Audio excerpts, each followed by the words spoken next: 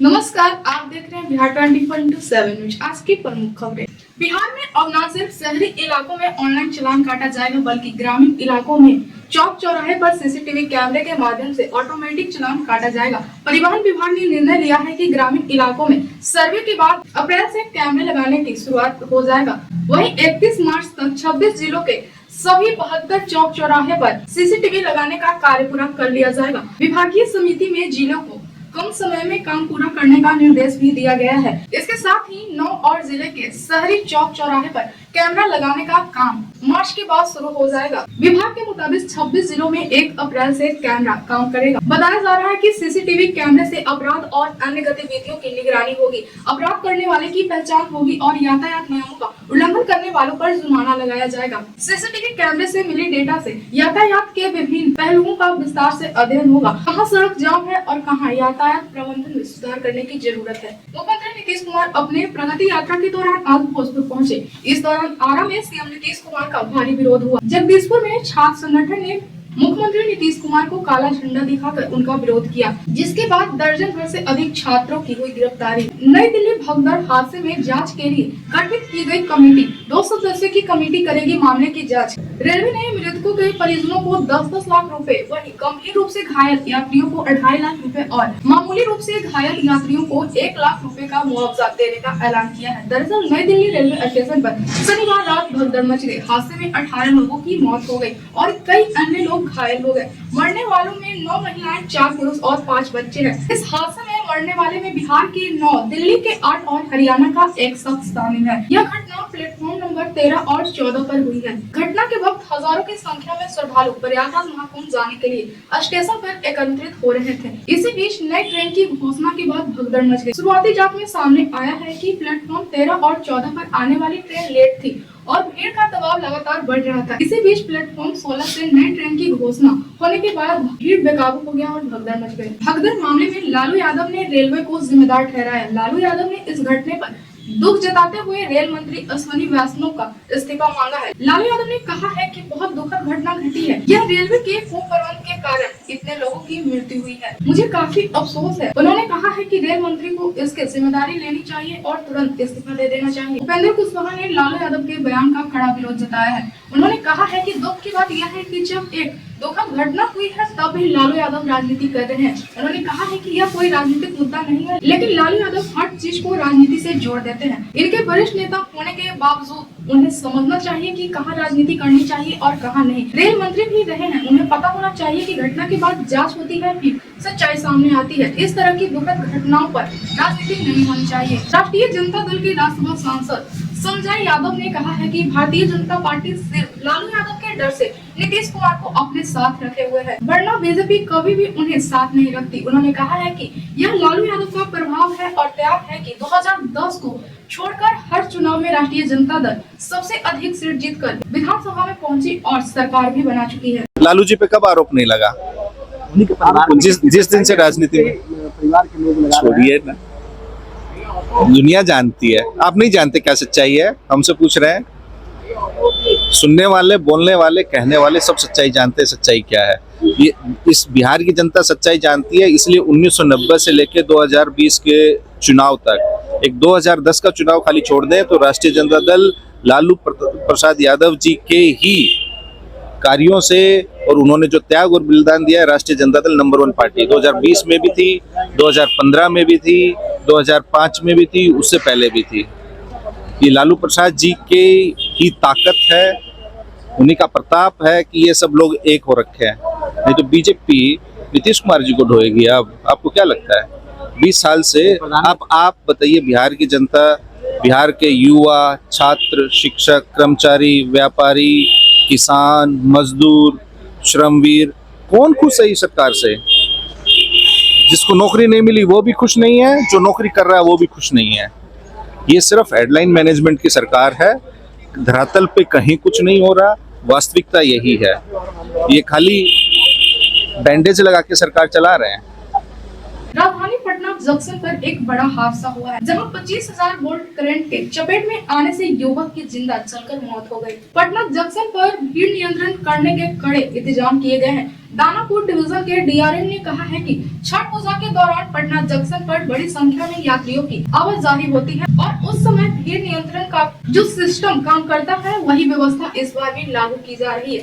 Junction पर यात्रियों की सुविधा और सुरक्षा सुनिश्चित करने के लिए रेलवे प्रशासन पूरी तरह मुस्तैद है, जिससे नई दिल्ली जैसी घटना यहाँ न दोहराई जाए। नई दिल्ली रेलवे स्टेशन पर भगदड़ की जांच के लिए रेलवे ने हाई लेवल कमेटी बनाई है। इस मामले में उच्च स्तरीय कमेटी जांच कर रही है। अब स्टेशन के सभी सीसीटीवी को सीज कर दिया गया है। इसमें 13, 14 और 15 प्लेटफॉर्म के कैमरे के साथ ही एंट्री और एग्जिट प्रोवाइड के सीसीटीवी को सील किया गया है। अब जांच कमेटी इस फुटेज की जांच करेगी। इसके बाद एक एक मूवमेंट का जांच किया जाएगा। इसके लिए प्रशासनिक स्तर पर अधिकारियों की जिम्मेदारी तय की जाएगी। माना जा रहा है कि अगले 2-3 दिन में रिपोर्ट रेल मंत्री अश्विनी वैष्णव को सौंप दी जाएगी। लालू यादव ने महाकुंभ पर उठाया सवाल। लालू यादव ने महाकुंभ को लेकर विवादित बयान दिया है। कहा महाकुंभ का कोई मतलब है, एकदम फालतू है महाकुंभ। रेलवे और सरकार पर हमला बोलते हुए लालू यादव ने महाकुंभ को ही फालतू बता दिया। एनडीए में सभी दल पहले से ही लालू यादव को सनातन विरोधी बताते रहे हैं। लालू यादव के इस बयान को लेकर सियासी पलटवार शुरू हो गया है। राज्यसभा सांसद उपेंद्र कुशवाहा ने लालू यादव द्वारा कुंभ को लेकर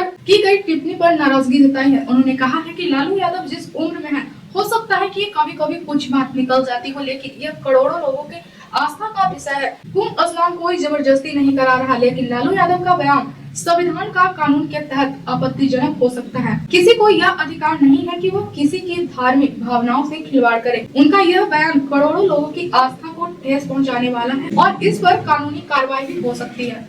लालू जी उम्र के जिस पड़ाव पर है, उनके मुंह से कुछ निकल जाता होगा इस तरह की बात, वरना करोड़ों लोगों की आस्था का विषय है कुंभ स्नान। करोड़ों लोग ऐसे ही थोड़े जा रहे हैं, कोई लेकर उनको थोड़े जा रहा है। सब लोग स्वेच्छा से जा रहे हैं, आस्था है उनके मन में तब जा रहे हैं। अब लालू जी जो बोल रहे हैं इस बात पर तो संविधान के हिसाब से, कानून के हिसाब से मुकदमा भी दर्ज हो सकता है, क्योंकि किसी भी व्यक्ति को यह इजाजत नहीं है कि वह किसी की आस्था के साथ खिलवाड़ करे।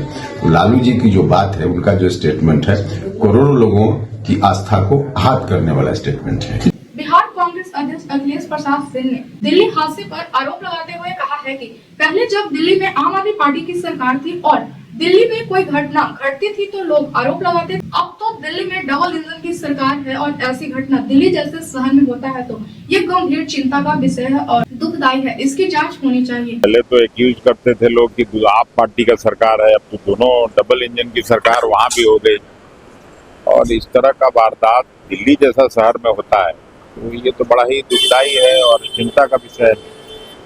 भारत सरकार को तुरंत इंक्वायरी करके पहले से इस तरह का घटना हुआ, अब दिल्ली स्टेशन पे वही कह रहे हैं कि अब ये तो बहुत ही दुखदायी है। नहीं, इसको जांच करना चाहिए और तुरंत ही इस पे कड़ी कार्रवाई करनी चाहिए। प्रशासन का फेलियर मानते हैं सर? अच्छा, पूरा का पूरा फेलियर है। मेरे नहीं करने से भी ये थोड़ा ही हो जाएगा। प्रशासन का पूरी तरह से फेलियर है और प्रशासन नाम की कोई चीज ही नहीं है इस तरह का घटना। कांग्रेस सांसद तारिक अनवर ने दावा किया है कि दिल्ली विधानसभा चुनाव का असर बिहार के चुनाव पर नहीं पड़ेगा। उन्होंने कहा है कि बिहार में कांग्रेस का संगठन मजबूत है और 2025 विधानसभा चुनाव में गठबंधन या अकेले चुनाव लड़ने का फैसला केंद्रीय नेतृत्व करेगा। रेलवे स्टेशन पर मची भगदड़ पर आम आदमी पार्टी नेता राघव चड्ढा ने जताया दुख। कहा, भगदड़ ने हम सभी को झंझोड़ कर रख दिया है। कई निर्दोष लोग की जान चली गई। पीड़ितों के परिवार के प्रति मेरी गहरी संवेदना है। जिम्मेदार लोगों को जवाबदेह ठहराया जाना चाहिए और भविष्य में ऐसे हादसे को रोकने के लिए तत्काल सुरक्षा की जरूरत है। तेजस्वी यादव को सीएम बनाने के लिए दिल्ली में बुलाई मीटिंग। इस मीटिंग में बड़े बड़े नेता शामिल हुए।